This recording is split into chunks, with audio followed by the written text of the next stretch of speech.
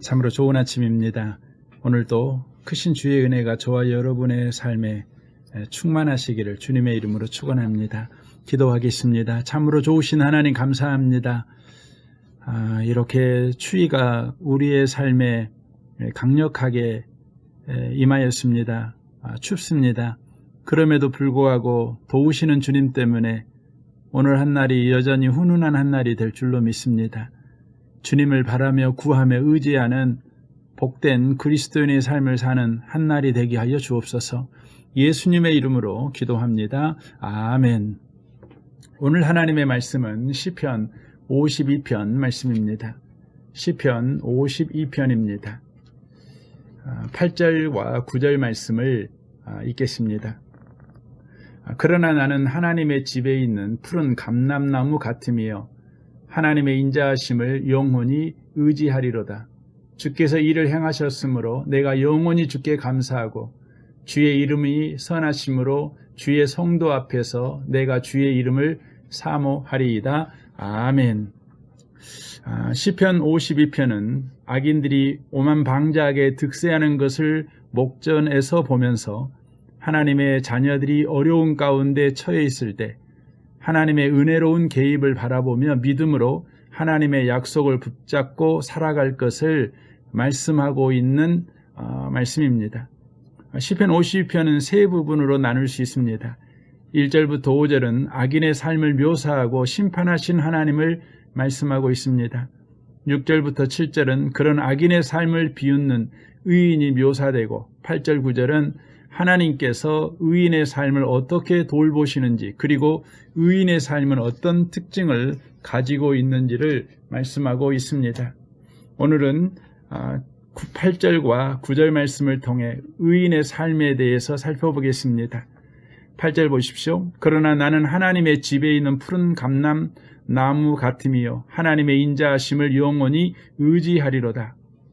아마 의인을 묘사할 때 사용하고 싶은 이미지들이 많이 있을 것입니다. 그런데 다윗은 성령의 감동으로 그 중에서도 감람나무라는 이미지를 사용하기로 했습니다.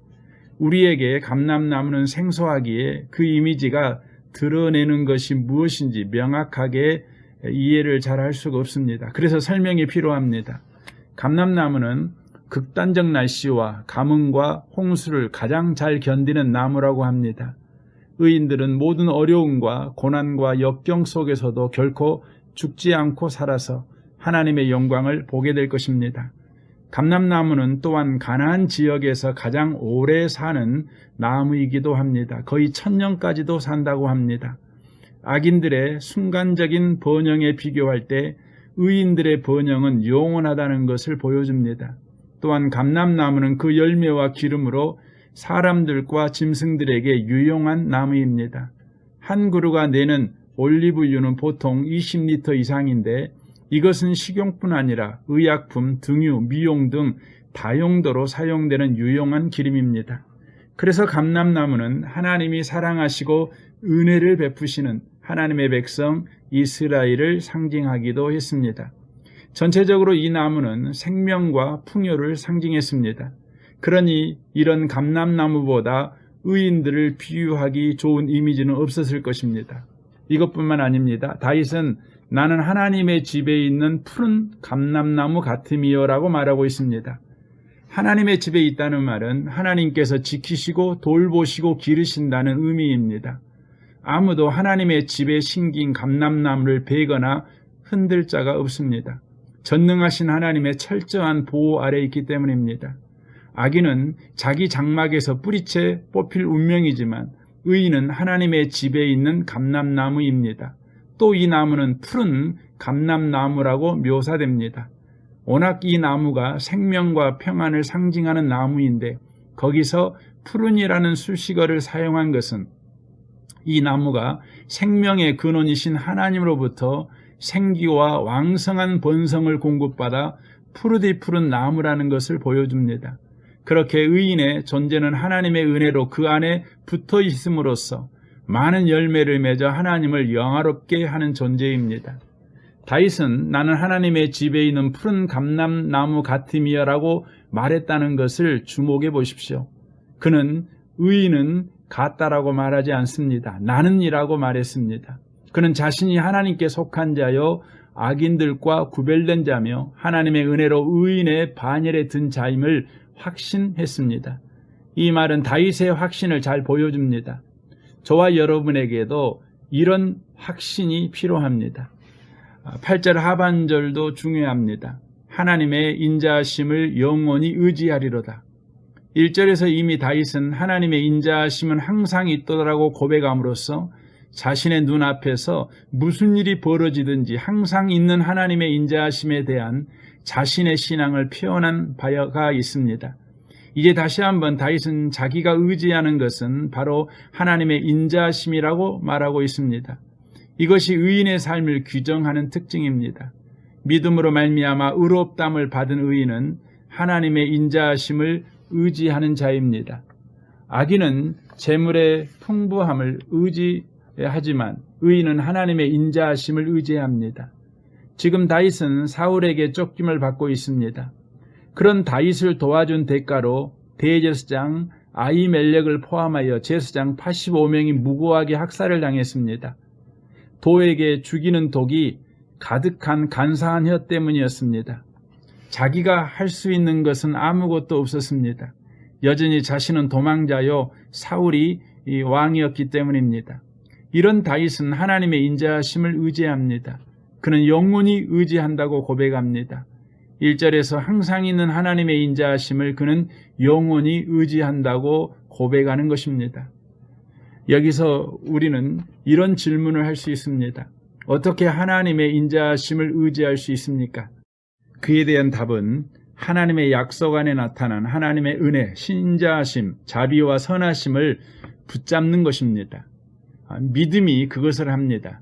즉 하나님의 인자하심을 영원히 의지한다는 다윗의 고백은 믿음으로 하나님의 약속을 붙잡는다는 말입니다. 지금 상황이 좋지 않습니다. 모든 점에서 다윗에게 불리하게 돌아가고 있습니다. 너무나 슬픈 참극이 온치 않게 일어났습니다. 그런 속에서 다윗은 하나님의 약속을 믿음으로 붙잡습니다. 그 약속 안에 있는 하나님의 인자하심을 의지하는 것입니다. 우리는 이 일을 해야 합니다. 성도들은 언제나 모든 환경 속에서 불리하고 힘든 역경 속에서도 믿음으로 그 일을 해야 하는 것입니다. 9절을 보겠습니다. 주께서 이를 행하심으로 내가 영원히 주께 감사하고 주의 이름이 선하심으로 주의 성도 앞에서 내가 주의 이름을 사모하리이다. 다윗은 믿음을 통해서 하나님께서 행하실 장래의 심판을 현재로 가져옵니다. 그래서 주께서 이를 행하셨으므로라고 말할 수 있습니다. 하나님께서 행하시겠다고 약속하신 일은 이미 행하신 일이나 다름이 없습니다. 믿음으로 하나님의 약속을 붙잡는 사람에게는 그렇습니다. 이것이 믿음이 하는 일입니다. 그래서 다윗은 내가 영원히 주께 감사하고라고 말합니다. 여기서 감사한다는 표현은 개인적으로 감사를 드린다는 말이 아닙니다. 이것은 공개적인 성격을 가진 말입니다. 공개적으로 인정한다는 뜻입니다. 뒤에 주의 성도 앞에서라는 말이 있듯이 다윗은 온 백성들 앞에서 하나님께 감사하겠다고 말하고 있는 것입니다.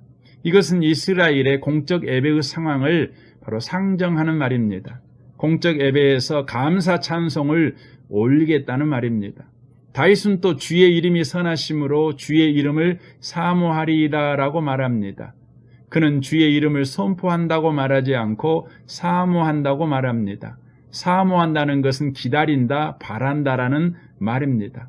고통 가운데서 하나님의 백성과 함께 고난의 여정이 지나가도록 하나님의 선하심, 그 약속을 의지하고 바라보겠다는 말입니다.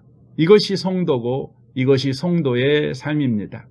오늘 한날 하나님 집에 있는 푸른 감람나무라는 정체성을 가지고 성도로 삶을 살아내는 복 있는 한날이 되시기를 주님의 이름으로 축원합니다. 우리 함께 기도하겠습니다. 오늘 우리가 기도할 때 하나님 집에 있는 푸른 감람나무의 정체성을 가지고 믿음으로 살아내는 한날이 되기를 우리가 이 아침에 특별히 구했으면 좋겠습니다. 여러분의 가정과 여러분의 직장과 사업을 위해서 기도할 뿐만 아니라 교회와 이 나라와 이 민족을 위해서 우리 선교사님들을 위해서도 또한 기도하시면 좋겠습니다. 계속해서 온라인 예배가 드려지고 있는데 이 온라인 예배를 통해 가정 예배가 회복되어지고 가정의 순모임이 활발하게 회복되어지는 일이 일어나도록 또한 기도해 주셨으면 좋겠습니다. 우리 좋으신 주님께 이 아침에 우리 통성으로 구하겠습니다. 기도하겠습니다.